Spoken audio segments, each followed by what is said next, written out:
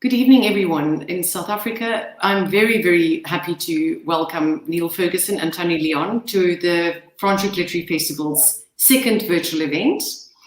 Welcome to you both. Thank you so much for joining us this evening. Just to introduce, I'm going to try to introduce Niall quickly, although his bio is formidable and very impressive. So I'm just going to focus on the highlights. Niall Ferguson is one of the world's most renowned historians. He's the author of 16 books, including Civilization, The Great Degeneration, The Ascent of Money, and The Square and the Tower, which was a New York Times bestseller. He's the Milbank Family Senior Fellow at the Hoover Institution, Stanford University, and the Managing Director of Green Mantle LLC, a New York-based advisory firm. Previously, Niall was also a professor at Harvard University, the London School of Economics, and New York University, visiting professor at the New College of Humanities and senior research fellow at Jesus College, Oxford. Niall has also been a contributing editor for Bloomberg Television, a columnist for Newsweek, and he began writing a twice-a-month column for Bloomberg Opinion in June 2020. Niall has written and presented numerous television documentary series, including The Ascent of Money that Tony and I just spoke about, which won an International Emmy Award for Best Documentary in 2009. In 2004, Niall was also named as one of Time magazine's 100 most influential people in the world. So very, very welcome to you. And Tony Leon, which might be more known to the South African market, of course, as the longest serving leader of the Democratic Alliance, is joining us today, also as author of 5 books, most recently published Future Tense, Reflections on My Troubled Land, published by Jonathan Moore Publishers. Tony is also a columnist for the Sunday Times and Business Day. Like I said, he was the founding leader and longest serving leader of the Democratic Alliance, and afterwards served as ambassador to Argentina, Uruguay, and Paraguay. Tony now chairs a South African communications company. Now, we're here tonight to launch Doom, The Politics of Catastrophe, Niall's most recent book.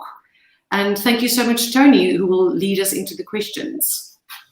Thank you very much, and great to see you again, Niall, and thanks for joining us. Really appreciate it. I've read this big, impressive book, which we're going to discuss, but I just need to add to the encomiums offered by Ingeborg now, that when this book was launched earlier this year in the United States, the New York Times' Damon Linker said the book is often insightful, productively provocative, and downright brilliant, to which I can only say amen. So congratulations, Niall. I was also delighted to see that South Africa gets one line in the book on the meteorite that hit the Free State crater in Vredefort, but we'll talk about how you just cover so many things. I mean, it ranges across the centuries, decades, across various intellectual boundaries. It's sober, it's hugely entertaining. It's got some horrible afflictions, but a bit of optimism at the end. Can I get to the central question, Niall, in your book, which you ask at the beginning and then spend the rest of it answering? You say, why do some societies and states respond to catastrophe so much better than others?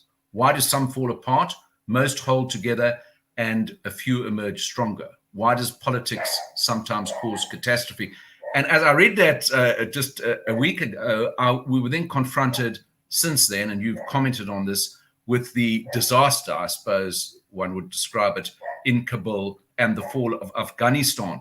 Using the lens, and your book obviously was published before the fall of Afghanistan, but using the lens or the question that you asked, how would you characterize the current catastrophe around the situation in Kabul and all the ramifications? Well, thank you, Tony, for reading the book and agreeing to discuss it. I look forward very much to the day when we can do this in person, in real space as well as real time. I miss South Africa. The fact that South Africa doesn't feature much in a book about disasters is a sign of how fond I am of the country. And it's a reminder actually to the audience that even if sometimes things seem to be going in the wrong direction, South Africa isn't really a big part of the history of disaster compared with China or India. or indeed the United States. And that brings us to Kabul.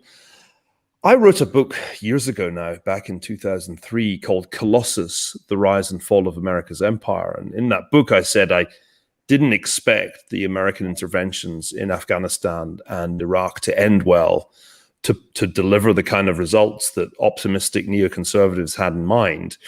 And I argued that there were three reasons for this, that what I call the American empire, or you can call it what you like. Americans hate that word empire, and that's fine. Call it what you like. Say you're a great power or a hegemon. I don't care what you call yourselves. But the problem is that if your empire has three deficits, it's not going to succeed the way, by comparison, the British Empire did. South Africans don't have happy memories of the British Empire, but it lasted a lot longer than 20 years. And the US deficits were manpower. Americans do not want to spend very much time in a place like Afghanistan. The 6-month tour of duty that's typical for American service personnel, I think, tells part of that story. There's a fiscal deficit. That was true in 2003. The US does not really like to deploy funds abroad. It would much rather spend them at home. And there's something bizarre about the Biden administration passing trillion-dollar bills on infrastructure and heaven knows what else, stimulus, and at the same time saying, well, we really can't afford to maintain 4,000 or 5,000 troops in Afghanistan. So the fiscal deficit, but then there's the attention deficit. Americans lose interest in this kind of thing pretty quickly. That was even true in Korea, which stopped being popular after about 4 years. It was certainly true in Vietnam. But it still takes a lot to produce a debacle worse than the evacuation of Saigon in 1975. That really requires high levels of bureaucratic blundering, and that gets me to doom. The central argument of doom is that disasters have certain common features, whether they're quote-unquote man-made or quote-unquote natural. There's usually some element of error at the top, but often it's actually further down the chain of command that the disaster gets made. Somewhere in the bureaucracy of the American national security system, and we don't yet really know where, somebody thought it would be smart to evacuate the military and including special forces from Afghanistan before the civilians were taken out. Now, how do you arrive at a decision like that? It could be that this was just an elderly, dare I say, senile president making a bad call, or maybe his national security advisor conceived that this would be a good strategy. But at any event, a terrible decision got made. And the result is not just Saigon 1975, potentially it's Tehran 1979. We could be on the way to a huge hostage crisis. So the key in doom is to show how these things actually happen, because it's not as straightforward as it sometimes looks in the media.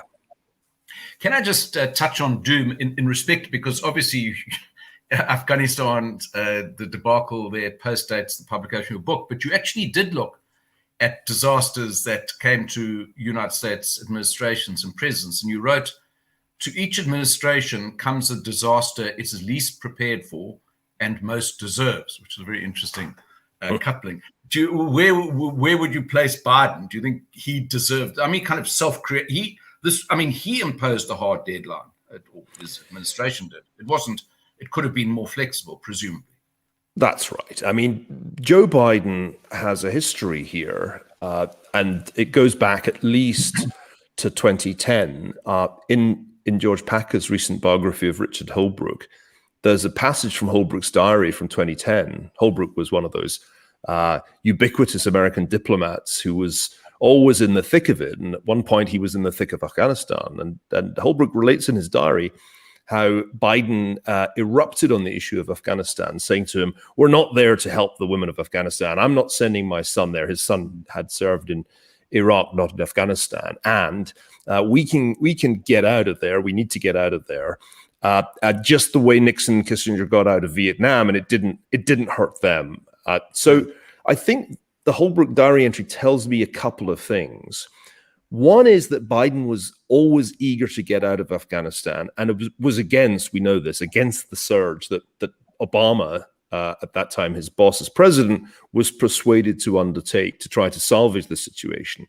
it also tells us that Vietnam plays a part in Biden's thinking, and it's quite a cynical part. The lesson of history for Biden is we can walk out of Afghanistan the way the Republican administration of Richard Nixon and Gerald Ford walked out of Vietnam with no domestic political costs, so let's do it. And I think in that sense, Biden plays a pretty crucial role in this decision, as does Jake Sullivan, the National Security Advisor, who I think basically agreed with that analysis and decided to implement it against the advice of the military, and I think also probably against the advice of the Central Intelligence Agency. So I tried to show in parts of Doom the way in which bad decisions get made. Another good example of a terrible decision was Lyndon Johnson's decision to escalate in Vietnam in 1965-66, which was, again, a presidential decision. But it was arrived at through a kind of freewheeling, unstructured discussion between his, on paper, very impressive advisors. And this is a familiar story of the best and the brightest. I know Harvard well. It often produces some very good and bright people, but sometimes the best and brightest can make really terrible decisions. Yeah. And Doom is partly about trying to show how that process arrives. The media narrative is always about the president, just as last year COVID was somehow all Trump's fault. But what I want to show is that although presidents and prime ministers matter a lot, sometimes disasters really start or get made further down the chain of command. And that's an important theme of Doom. Watching things unfold in Kabul, my wife is very angry. I have friends who are very upset, especially friends who served in Afghanistan and are seeing comrades, interpreters, and others left completely in the lurch. My feeling is not anger, nor is it sadness. It's this terrible sense of its familiarity. One somehow saw that this was going to happen. It doesn't in the least surprise me that it's ending in this debacle. So you get these recurrent patterns, just dealing with being a country leader, because there's a wonderful chapter in your book called The Psychology of Political Incompetence. We have a great psychology of political incompetence in South Africa, so the South African viewers will be very familiar with it. But you make the point that actually any leader, president, prime minister of any country, is what you call, he sits in a hub of information. But it's all crucial on the information that the head of the hub, the country leader, receives. And you say a cascade of failure ensues that makes disasters far, far worse. In other words, if they're getting the wrong information, it's less inaccurate. I mean, that is a recurrent theme in your book, not unless just widen this from Afghanistan. And when you look at the response of Britain last year to COVID, and indeed the United States, that hub was not working very well or optimally. That would be a fair summation, Neil? Well, you use the word hub, and it's important because it's part of the language of network science. And my last book, The Square and the Tower, made the argument that you can't really understand how things work in the modern world, but actually in the ancient world too, if you don't have some grasp of network science. Now, we tend to think of structures of power as pyramids. We have org charts. You even see these sometimes hanging on the wall of the chief executive, and the chief executive's at the top, just the way the president is, and then there are kind of tiers of bureaucracy. And you have the impression from those org charts that power is a top-down phenomenon. The boss issues the instructions, and then they are carried out by the various tiers down to the janitor. That is not how human organizations really work at all. In reality, any human organization is a network, and each individual is a node, and the relationships between the individuals are the edges or links. If you graph the network of a real organization rather than its image of itself, you often find that the person at the top is not the best connected person. It's possible to be at the top and be quite cut off from what is going on in an organization. We've probably all experienced that in our lives. We've seen, universities which aren't really run by the person who's vice chancellor or president. And I think when I started to work on network science a few years ago, it was a great epiphany. I suddenly realized that, in fact, historians have been asking the wrong question for centuries. And the wrong question is, which is more important, great men or great people, if you want to be woke, or the forces of history? That's the oldest chestnut of all in historical philosophy. But the answer is, it's actually neither or both. essentially a leader is a hub. The leader's supposed to have quite a lot of information coming in and to send out quite a lot of information. And a badly organized network has a different structure from that. In a badly organized network, the key figure of the president, let's say, is not actually well connected and does not get good information from the different parts of the network that he really needs to hear from. So I've come to realize that many of the things that we call disasters actually are products of poorly structured networks of power. And this is true in war as well as in peace. Many of the great disasters of the past 2, 3, 4 millennia were military disasters. I talk a lot about the Battle of the Somme in the First World War. And it's really misleading to say that the Battle of the Somme was the fault of the then Prime Minister, Herbert Asquith. And it's even not quite right to say that it was the fault of the main commander on the Western Front, Douglas Haig. Actually, the failure to execute the battle plan had multiple causes. And you have to look at the whole chain of command to see, for example, why the initial barrage by British artillery totally failed to destroy the German defenses. That's the right way to think about any problem, including the problems of South Africa's governance that everybody on this call will have thought a great deal about. Yeah, sure, in Zuma, South Africa had a bad and corrupt leader, but you can't explain all of the problems of recent years purely on that basis. There's something structural wrong with the way the ANC runs South Africa. You know much more about this than I do, Tony. Kudos to you. Your book, which I really enjoyed, was a great insight into how South Africa doesn't work today. But I think we have to avoid constantly personalizing problems in terms of leaders, even although that's what the media want us to do. But also, I mean, Neil, it's a bit like, horse race. People concentrate on the jockey or the horse rather than the condition of the turf, because it's kind of easier, because what you're describing, network science, is complex. And I think people like simplicity. But can I because the other thing in your book that was just so striking to me, and I guess to everyone who will immediately go from this webinar and purchase a copy in South Africa, is you provide a really fascinating or useful both triptych for disaster prediction. And you use these three images: the grey rhino for dangerously obvious and highly probable events, such as the one we were with coronavirus. That was a grey rhino. And indeed, there's an interesting insight in your book or commentary at the beginning, where you're at Davos with the good and the great and the Swiss Alps, and you try to draw attention to this, and everyone's focused on climate change, which is a much longer term proposition. This was an immediate crisis. So this is a grey rhino. Then you get black swans, Mr. Tully's black swans, very rare and unexpected events. And then you have what you describe as dragon kings, an extreme event, vast in magnitude. So fair to say coronavirus is a grey rhino. But I mean, what are the chances, the odds, of the grey rhino of coronavirus morphing into a dragon king, would you say? Great question, Tony, and great opportunity to introduce viewers to my menagerie of disaster. You see the grey rhino coming towards you. This is something that maybe somebody on the call has experienced for real, and you kind of see it coming. It's not moving as fast as a cheetah, so you have a certain amount of time to see that it's coming towards you. We were like that with a pandemic. Everybody who thought for about 20 minutes about it realized that we were highly vulnerable to a big pandemic. That's what globalization did. It created massive contagion vulnerability. Then there's the black swan, which is the thing that seems totally and utterly unexpected, completely out of left field when it happens.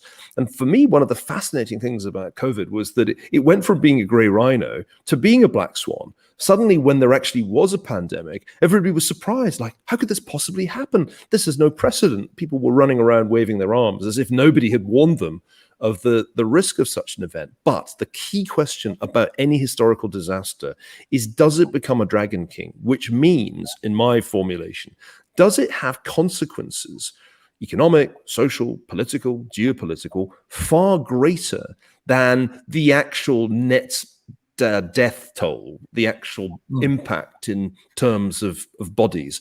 And I think what's fascinating in history is that some disasters can kill a lot of people and yet have no profound consequences. That was true of the 1957-58 Asian influenza, the Asian flu. Killed a lot of people, not quite as many as COVID in terms of the share of population, but closer than most other pandemics I've studied. And yet nobody remembers it. It had no consequences that I can find in the historical record, economic, social, or political. COVID has certainly killed a large number of people when you add up the death toll. We're 7 million or so, maybe more. The Economist estimates it could be 13 million.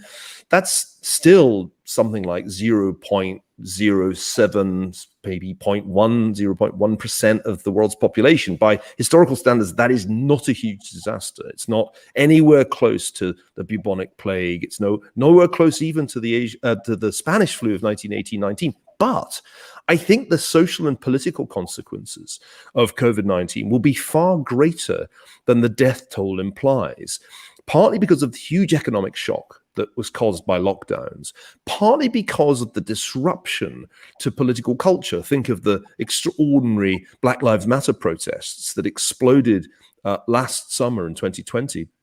But also, I think, in terms of the impact on geopolitics broadly defined, if you ever doubted that we were in Cold War II prior to 2020, the events of the last 18 months surely put you right. It's so clear now that the United States and China are in some kind of Cold War. COVID, to go back to the beginning of our conversation, revealed certain important things about the two superpowers. It revealed that China was capable of causing a disaster, but also protecting itself from the disaster. So it's the starting point of COVID, but relatively small numbers of Chinese people actually die because the state has so much power to shut down social and economic life. The United States, despite on paper being really well prepared for a pandemic, completely screwed up its response and ended up with relatively high excess mortality and still is struggling with this thing as if it hadn't had 18 months to figure it out. So I think that's why this is a Dragon King. The significance of COVID-19 will not turn out to be the body count. It will be the consequences of the economic and social shock. Yeah, and you, about a decade ago, coined that vivid phrase Chimerica for China, America, the G2 world. And just interesting, just touching on that, something that came out today, I saw on the BBC TV, Neil, is that the White House has now received this 90-day intelligence report on the origins of COVID. I mean, if you were to speculate, I mean, you deal a lot in your book with the Wuhan commencement, if you like, and what you think, or you knew happened, or you think might not have happened. What do you think that intelligence report's going to tell us? Think it'll add anything to our store of knowledge, or will be on the one hand this, on the other hand that, a sort of equivocation? I don't think we will ever really know the full story unless at some future date the Chinese Communist Party loses power. As long as it's in power in Beijing, we are not going to get the full story. And the harder they work to prevent a thorough investigation, the more the probability that it was a lab leak rises. Why would they be so reluctant to participate in and to facilitate a full inquiry? There's something to hide there. Now, remember, I wrote Doom, finished it pretty much a year ago. I was still tweaking the proofs, I guess, into October, but the book was essentially finished a year ago. And therefore, the latest intelligence report will know things that I didn't know. I would be surprised, very surprised, if the new intelligence doesn't add to the plausibility of the lab leak hypothesis, because there's just less and less that makes sense about the story that it went from bats to pangolins to humans in a wet market in Wuhan, when there are laboratories working on coronavirus research in Wuhan. And as I show in the book, already last year we knew that there were funny things going on in Wuhan, even before December of 2019, when the first signs of trouble began to manifest themselves. Regardless of what we now find out, it is clear that there was a disastrous cover-up from December 2019 right through until the early weeks of January 2020. And that is why this became a pandemic, because it was allowed to spread, and it spread rapidly. not just to the rest of China, but much more importantly, through Wuhan airport to the rest of the world. And that cover-up, we already know that happened. We knew that happened pretty early on because the Chinese scientists were open about what was going on. Chinese doctors were ringing the alarm bell, but they were shut down. There was silence in a way that really reminded me of the response of the Soviet authorities to Chernobyl when it happened. Yeah, and this was the super Chernobyl. Chernobyl, as I show in the book, was a disaster. It didn't kill many people, even inside the Soviet Union. It didn't really kill anyone outside the Soviet Union at all. But this is the super Chernobyl, where the cover-up that leads to the pandemic ends up killing millions of people. And that, I think, is a huge consequential problem for China. Look around the world and ask people, what do you think of China? What do you think of Xi Jinping? The deterioration of the rest of the world's attitude to China is very, very pronounced. There are hardly any countries that you can find where sentiment towards China has not become really much more negative. So there's just one example of how an incident like this can have enormous unintended consequences. Yeah, and you give quite a lot of blame to what you call the connivance and sycophancy. Bad pronunciation. It's a great word, sycophancy, but you're obviously too nice a person to use it often, whereas I call people sycophants all the time, including at home. Of the World Health Organization, because quite interesting in your book, you remind people of the difference between how China dealt with coronavirus origins and the WHO, and a country like Taiwan, which actually had one of the most exemplary responses and most effective, and yet Taiwan doesn't exist because, in the WHO's view, because of China's hold in the WHO. So there's a lot of politics. Well, your book actually is subtitled "The Politics of Catastrophe," and we're seeing that playing out in this virus. But can I just go back finally to the Dragon King in another realm, touching on another book that you wrote, which I audited in your class at Harvard, "The Ascent of Money," all those years ago, that came out in about 2008 or so. That's absolutely right. Just before Lehman Brothers blew up. Just before, and obviously we had the global financial crisis since, and all these extraordinary seismic events, financial disasters. In the current book, Doom, you talk about the fact that with all these enormous fiscal handouts, the basic income grant, we call it here basic income grant, but some, the fact that checks were being mailed to workers in the US, and extraordinary monetary policy changes to meet the COVID-nomics of the situation. You say this rendered hitherto radical ideas mainstream in a matter of months because of the virus. So, question flowing from that going forward, after this virus passes or gets contained, how entrenched and permanent do you expect these hitherto radical ideas now gone mainstream to last? Do you think it's now we're going to see the temporary becoming permanent going forward? Well, you're kind of quoting Milton Friedman, who famously said that nothing is more permanent than a temporary government program. I think what was fascinating last year in the United States, but not only there, was the way in which the idea of universal basic income and the idea of modern monetary theory went from the fringes of political debate to the mainstream, became in fact the basis for policy. And I think if you look at the Biden administration's performance this year, it illustrates how hard it is to stop doing emergency measures, even when the emergency is passing, because although the United States is still battling with the Delta variant, as we must now call it, of the virus, the current wave of cases is not translating into a wave of hospitalizations or deaths, anything like what we saw in late 2020, early 2021, or in the early phase in the spring. And so we're still spending money in the trillions, and the Fed is still pursuing extraordinarily easy money policy, even although in public health terms, we're into a late phase of the pandemic. Not that the pandemic's going away. I think COVID is going to be like influenza, something that we learn to live with rather than something that we can eradicate. But we're still spending like a drunk on a Glasgow fair holiday. And I wonder why the folks in Washington are so convinced that there isn't going to be an adverse consequence to this. In some ways, the theories have given them an out. So universal basic income, well, there's nothing wrong with giving people money to do nothing. And modern monetary theory, we can spend as much as we like and run whatever deficits we like. It won't be inflationary. And that's magical thinking, because it's already inflationary. We've already seen a significant increase in inflation and inflation expectations, which isn't entirely transitory, despite what the economists say. So I think we're seeing almost inevitably an inflation problem, which will be, by the 1970s standards, not that huge, but it's certainly a big deal if you go from below 2% for a very long time to 5%, even if it's only for a temporary period. I don't think we're going back to 2%. I think we're going to have gradually our expectations adjusted to maybe in the US 3 or above 3% inflation. And the economists will say, that's okay. But I think they're in denial about the history of inflation here. And this is where history really helps us, because we can see in the past how emergencies, whether wars or other emergencies, have had inflationary consequences.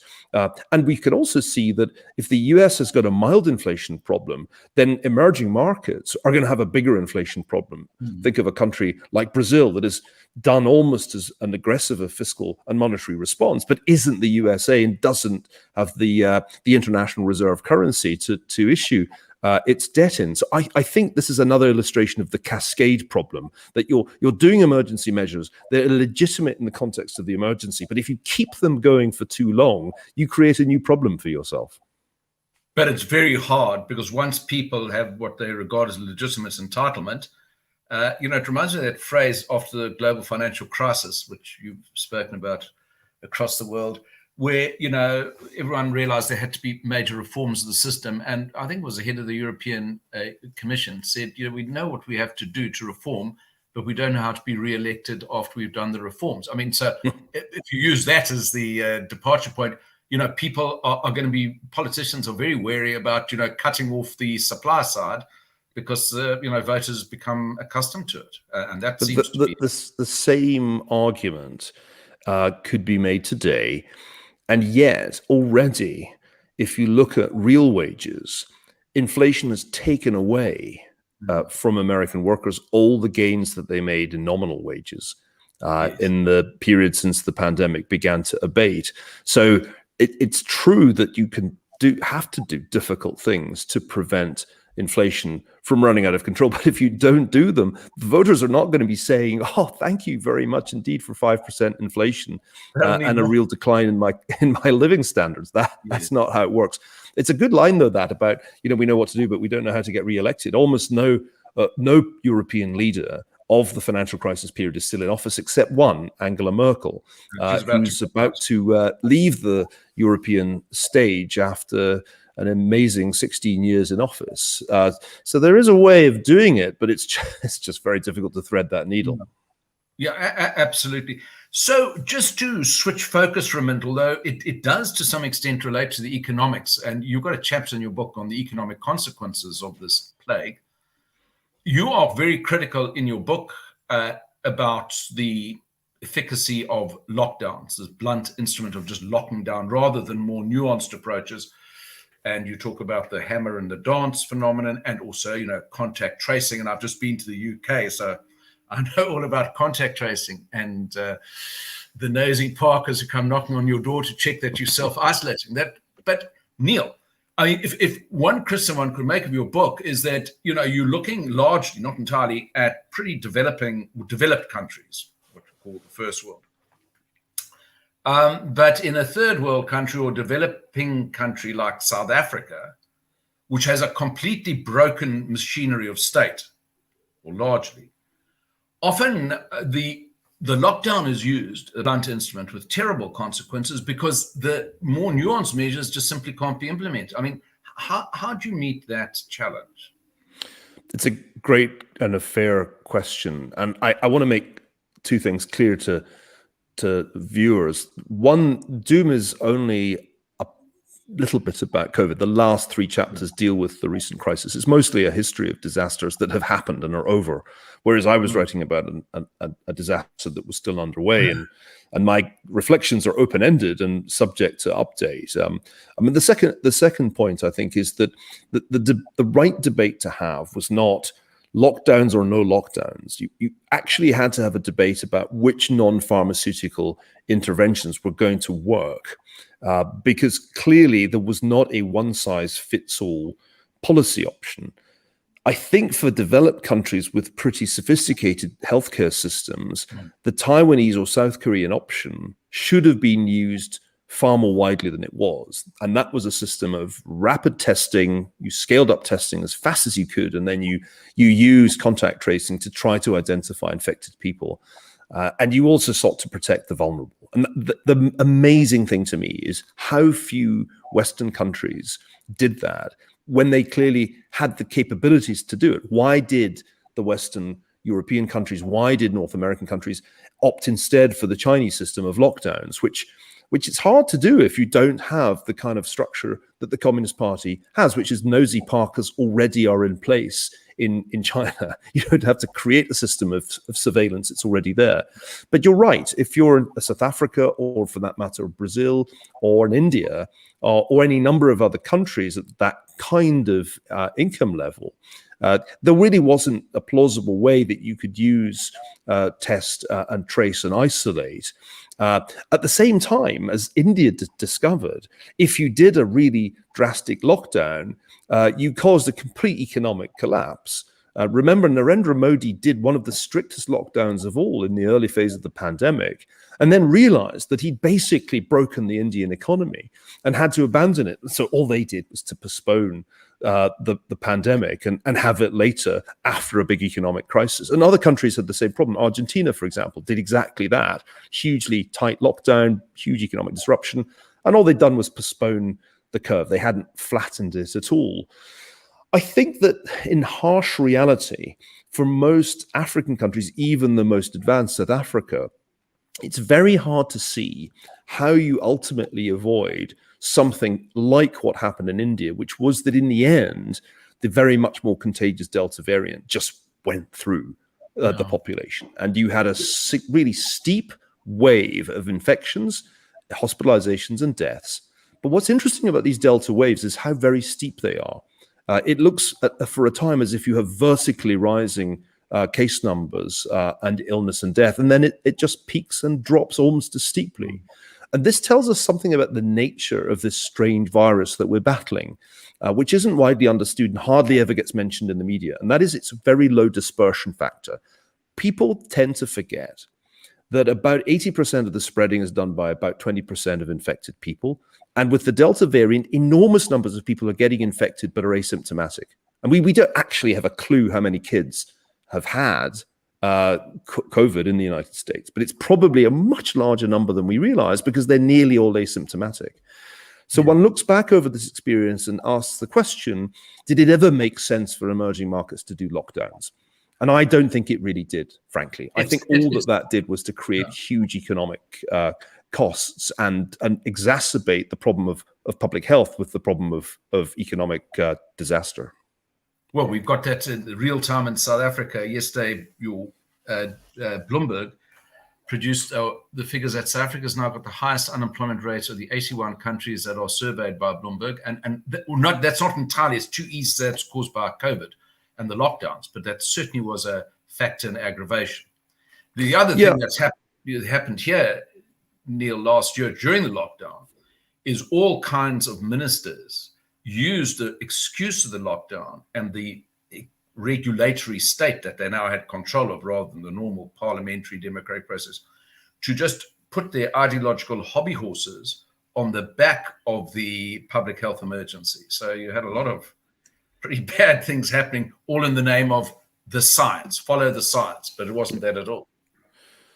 I mean, I think there's no perfect solution, but it's pretty clear that COVID has not only the low dispersion factor, but also the very unusual feature that it overwhelmingly kills the elderly or people with existing comorbidities.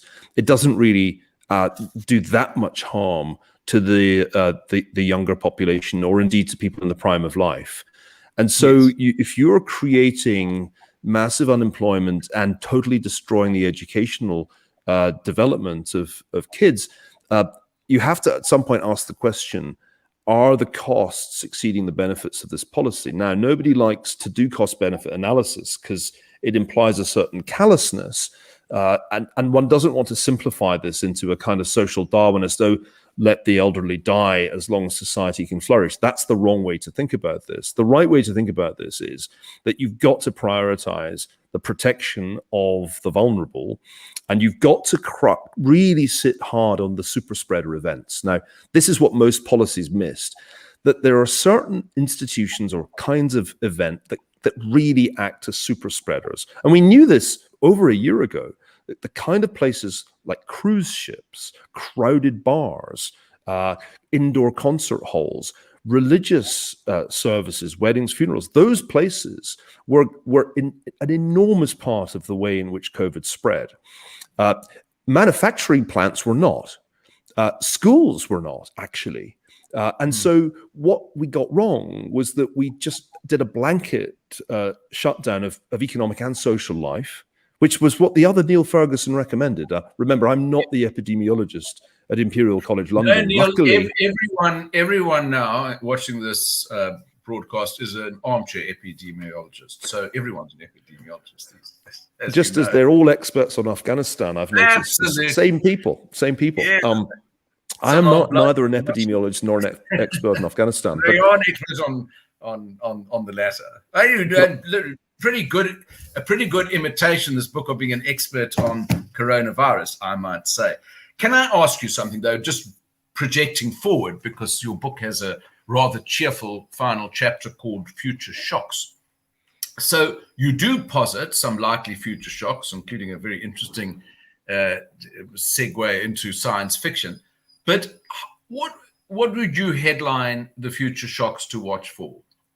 If you know, obviously they must read the book to get the detail, but if you were to headline it, Neil. Well, we are all still obsessed with climate change. Yeah. We've just been through a pandemic, but it's still going to be climate change that we hold conferences on more than pandemics.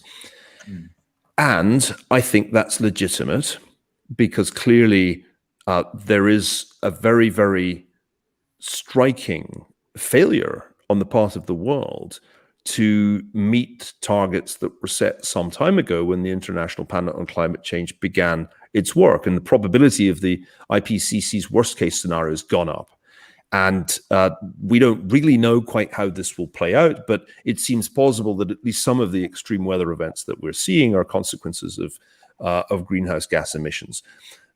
But that's not the only thing we have to worry about. If all we do is invite Greta Thunberg to Davos and talk about climate change, and by the way, do nothing to constrain China, which is responsible for half the increase in CO2 emissions since Greta Thunberg was born, then all we're doing is adding to the hot air, a little bit more hot air. There are so many other things that can go wrong in our lifetimes and in our children's lifetimes that we really aren't giving enough attention to. And I'll just throw out a couple. One, which I think we're not thinking nearly enough about, is that if there's a war between the US and China over Taiwan, it will be a cyber war as much as a naval war. And nobody, I think, has fully thought through what the consequences would be of a major cyber attack that knocked out critical infrastructure, knocked out the internet, knocked out cell phones for any protracted period of time. So I think there's not enough war gaming of cyber attack. And what do we do if we're all suddenly offline? Because we've got completely hooked on what you and I are doing right now, which is communicating via the internet. So that's one thing that I think we're really underestimating, the potential disruption of an all-out cyber war.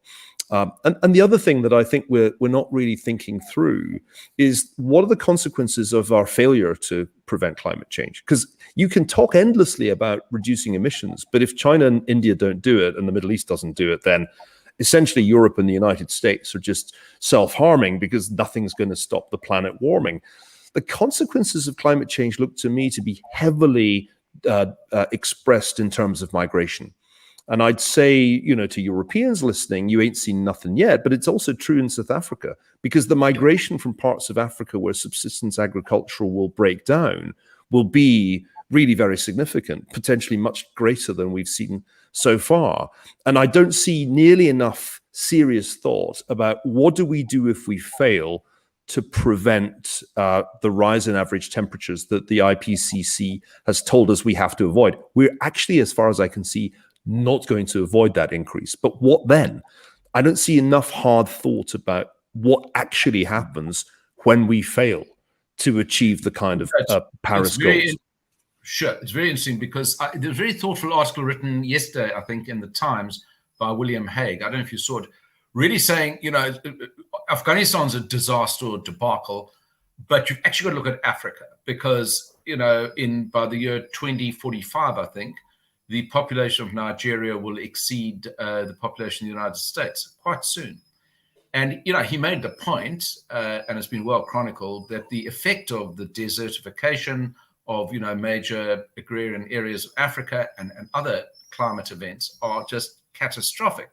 And you've got these huge teeming cities developing, urban areas with not many job opportunities for a lot of folk. And one of the consequences is going to be, you know, mass migration. And if you just look at the geography of Africa to Europe, it's very close, as you know. So, you know, that is something I'm sure that is, you know, it's not a future shock. It's, once again, it's what you call in your book, it's a grey rhino. We can all see it. Yeah. It's all going to happen. The clock is ticking, but, you know, do something. Well, that's something else. In just the same way that the Afghan disaster will lead to another wave of migration from Afghanistan. We already had a pretty large wave that got to Europe and created all kinds of problems because Afghans are really very hard to integrate into Western societies, say, compared with Syrians. And I think that's the sort of thing that we aren't really spending enough time thinking about because we've got into a habit. The habit is to have conferences on climate change in which people say, here are the models, here are the terrible things that are going to happen, and here are the wonderful things that we're going to do. And then many people do those wonderful things, and there has been a really quite impressive energy transition already. Things are working better when it comes to renewable energy in terms of the economics than most people would have predicted even 10 years ago. But none of it really matters if China continues to build a coal-burning power station to charge its Teslas. I mean, a Tesla that's been charged on coal-generated electricity is not going to save the planet. Sorry. And so in that sense, I think we're still not really thinking in an entirely rational way. And I think that's part of the point of Doom, to try to help us think rationally about disaster. It's not like the end of the world is coming, which is, of course, something that the climate alarmists love to talk about. That the world isn't going to end, but it's definitely going to be more disaster prone. And we have to think realistically about how we deal with that. This is a point Bjorn Lomborg made in his recent book, that much of what we call climate change is relatively slow moving.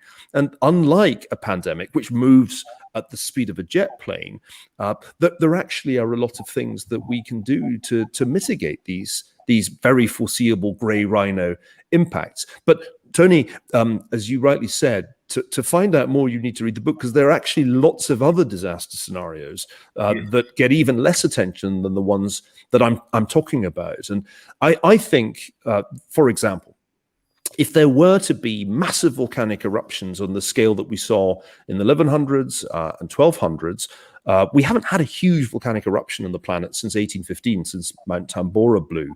In other words, we haven't had volcanic activity that really affects the Earth's atmosphere. Volcanic activity in the last 200 years has been really kind of mild by historical standards. And I think one of the things that I won't be surprised at all by is when I wake up one morning and discover that a really huge volcanic eruption has occurred somewhere in the world, and that is actually going to cause really short-run climate impacts in the direction of global cooling.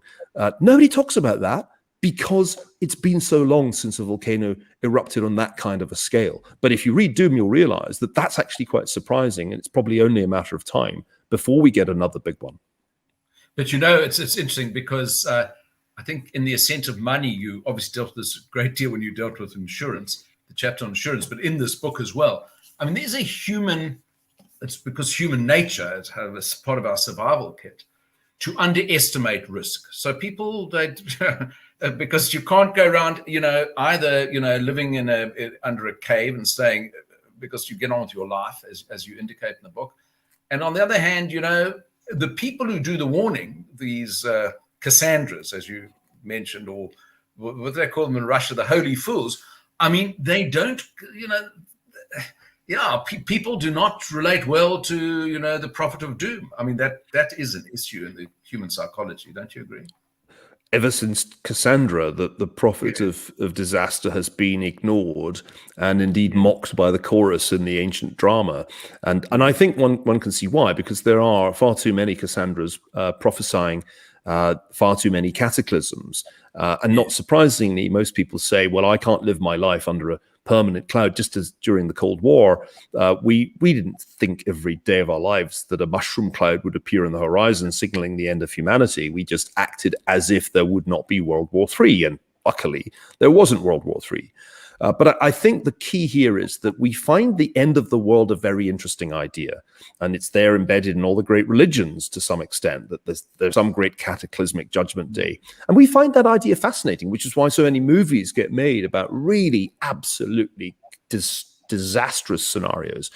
But that's not really what we have to deal with. What we have to deal with are irregularly spaced out, unpredictable disasters that kill relatively small percentages. You just don't want to be in that small percentage. So there'll be an earthquake at some point close to where I'm sitting in California.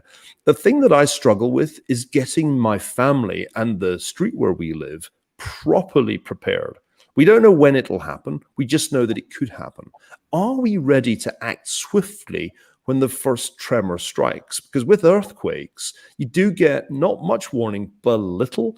And if you move quickly, then there's a chance that you can significantly reduce your risk. Because what tends to happen is the cascade starts with an earthquake, but California will have an incredible wildfire problem, I would guess, not long after the earthquake, because of all the things that will just catch fire when the earthquake happens. So I struggle to get myself into the right mental state to respond rapidly, to have a plan of action in place that I smoothly execute. And this seems to be a human failure. We think a lot about the end of the world. We don't really prepare properly for a medium-sized disaster. But you do get these extreme folk in America. There are quite a few of them who have these sort of, they go into the mountains, they pack food and rifles, and they prepare for the end of the world. But that's also part of the thing. But Niall, I did that a bit last year. I have to confess, I was a little bit like that. I went to Montana. I spent 12 months in the mountains, and I did prepare the family for the worst case scenario, that things were going to be a great deal more lethal in terms of the virus's impact, and a great deal more disruptive in terms of a breakdown of social and economic order. And so I have to admit, there's a little part of me that became what they call a prepper here. But, you can't spend your life, counting the ammunition and eating canned food. Actually, we bought a lot of canned food and we ate none of it. Maybe one day we'll need the canned food. Hey, luckily it doesn't go off. A lot of folk here, Niall. I mean, they rushed out. Well, there's a toilet paper shortage in most places in the world. They rushed out, they bought things, and I got very anxious because we weren't buying things. So I said to Michal, you need to go and stock up. And she said, on what and why? I said, well, I don't know, everyone else is doing it. And, panic begets panic. I mean, as you know as well. But you do end on, apart from describing the people shrug off the next disaster even before it happens because you live your life, but you make on the institutions an interesting point at the end, because there's a cautious note of optimism where you say there is the possibility, it's not a probability, that COVID-19 could just be a wake-up call to shake up stagnating institutions, curbing the degeneration of the systems, as you call it. How optimistic are you, or is that just Niall the idealist rather than Niall the realist speaking? Do you think that will happen? Well, Tony, this goes back to the beginning of our conversation. Disasters reveal things, and some systems, in fact, can be strengthened by them, just as others will collapse. The Lebanese state has collapsed. It barely exists. Taiwan, I think, has been strengthened by this experience, because Taiwan, earlier than most countries, thought, how can we use technology to make government more responsive to citizens and quicker to act in a crisis. They had to think that way because if you're in Taiwan, you're always asking the question, what is the mainland going to do to us? Is it going to be an invasion, a cyber attack, a biological attack? One reason the Taiwanese were very swift in responding to COVID was that they're ready for anything, and they have to be. That paranoid mindset has led to some very innovative ideas, particularly about the use of software and software platforms to help citizens to feel more able to hold government to account. I think the key for every country in the world, every system in the world, is to learn from that. Go listen to Audrey Tang, the Taiwanese digital minister, about how you do this. And let's copy that kind of technology, because there's no question that the old bureaucratic systems that really were produced in the 20th century don't work well. They've got worse over time, even as they've got bigger. So we could, I think, see meaningful technological revolutions in the way public services are delivered in those countries that learn the right lessons from this. Am I optimistic that it's happening? In the US, no. In the UK, the person who most believed in this, Dominic Cummings, ended his relationship with Boris Johnson in a great hissy fit and is out of government. So I'm not especially optimistic about the UK. But there are governments that are getting this, and they're in unexpected places. Estonia is an example of a government that's kind of thought about how technology can make government better. And there's no reason why, ultimately, South Africa can't do this. In some ways, it's easier to do if you're not already a developed country with a large existing system. You can skip. That's part of the story of Africa's economic future. Skip out some of the intermediate stages and take full advantage of the possibilities of a networked world based on smartphones and the so-called Internet of Things. As Israel proved by going from agrarian leapfrogging industrialization straight into tech. Exactly. And great economy. Niall, you've been a fantastic discussant. This is a great, big, good book. And listen, apart from sharing your wisdom and knowledge and insights with us, I just want to thank you, because we're part of a small group that is reviving the Franschhoek Literary Festival. Of course, collapsed last year because of COVID. And Ingeborg here is our most effective CEO. But we hope, look, we're going to have the Franschhoek Literary Festival, I'm going to say come hell or high water, but I mustn't say that to someone whose book is called Doom, High Water, next May. And really to have you in person in the Franschhoek area will just be fantastic. And because I'm sure the book has just been published now in South Africa, being produced, I think there's going to be great interest in this book, as there has been around the world. And thank you, Niall, again for joining us. Thanks so much, Tony. I've really enjoyed the conversation, and for sure, I would love to be there in May next year. Bring it on. Thank you so much for both of you. It was a very, very interesting discussion, and I hope we can continue.